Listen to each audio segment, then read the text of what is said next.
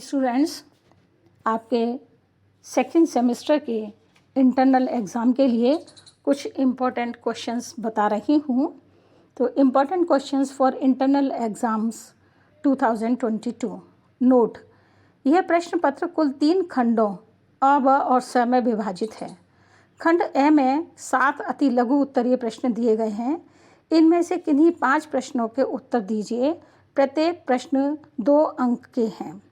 खंड ब में 5 लघु उत्तरीय प्रश्न दिए गए हैं। इनमें से किन्हीं 4 के उत्तर दीजिए। प्रत्येक प्रश्न 2.5 अंक का है। खंड स में दीर्घ उत्तरीय प्रश्न दिए गए हैं। इनमें से किन्हीं 2 के उत्तर दीजिए। प्रत्येक प्रश्न 5 अंक का है। Note, this paper is divided into 3 sections A, B and C. Section A contains 7 very short answered questions. Attempt any 5 questions. Each question carries 2 marks. Section B contains 5 short answered questions. Attempt any 4 questions.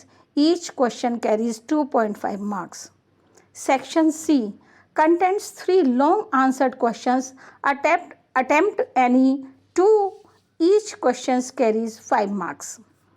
तो ये जो मैंने आपको division बताया है questions का, short questions, very short questions and long questions का, ये बिल्कुल एक्सटर्नल एग्ज़ाम के पैटर्न पर है। लेकिन यहाँ पर जो आपको क्वेश्चंस हैं, very short question, short questions and long questions, वो आपको यहाँ पर ज़्यादा दिए गए हैं। इंटरनल एग्ज़ाम में आपको इसी तरह से अटैम्प्ट करने हैं जैसे इसमें मैंने आपको शुरू में बताया है। तो सेक्शन ए खंड अ में हमने लिए हैं 17 क्वेश्चंस। नंबर 1, समष्टि अर्थशास्त्र में हम क्या अध्ययन करते हैं? What we study in macro economics. 2, आधुनिक समष्टि अर्थशास्त्र का पिता किसे कहा जाता है? Who is considered as the father of modern macro economics.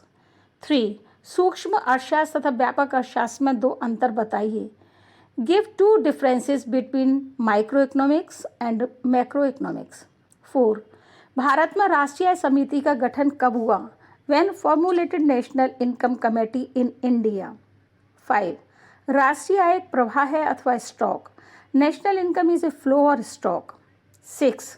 वास्तविक आय का अनुमान लगाने का सूत्र बताइए। Explain formula for estimating of real income. 7. सकल राष्ट्रीय उत्पाद से क्या आशय है? What is the meaning of gross net product? 8. से का बाजार नियम क्या है? What is Say's law of market? 9. चक्रीय प्रवाह क्या है? What is circular flow? 10.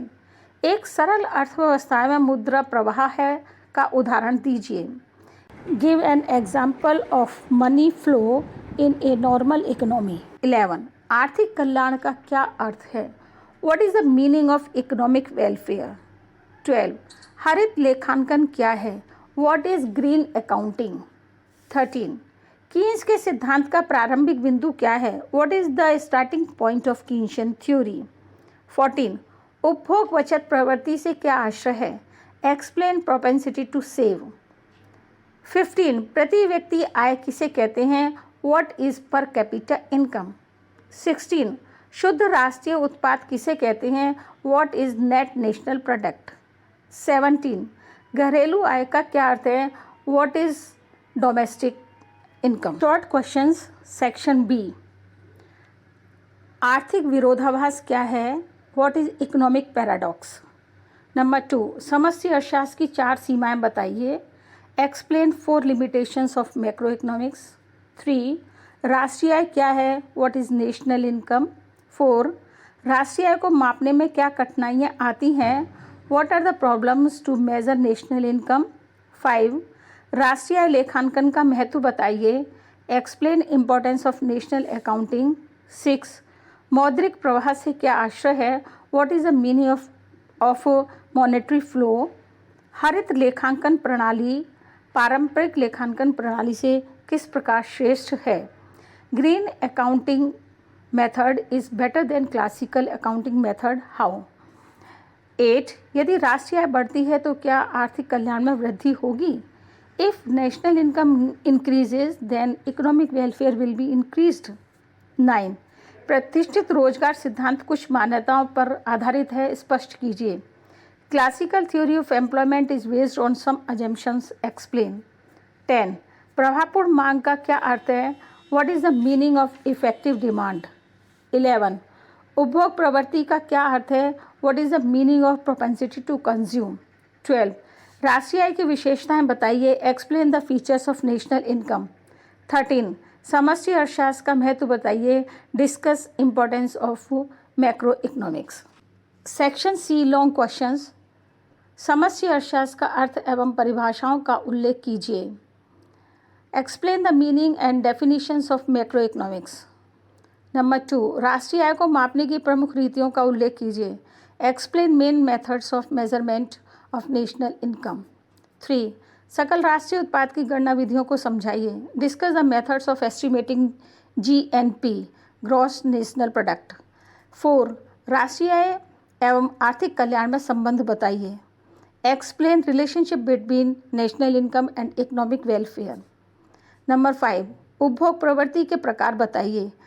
Explain kinds of propensity to consume. 6, समष्टि अर्थशास्त्र क्या है, इसकी प्रकृति एवं क्षेत्र की विवेचना कीजिए।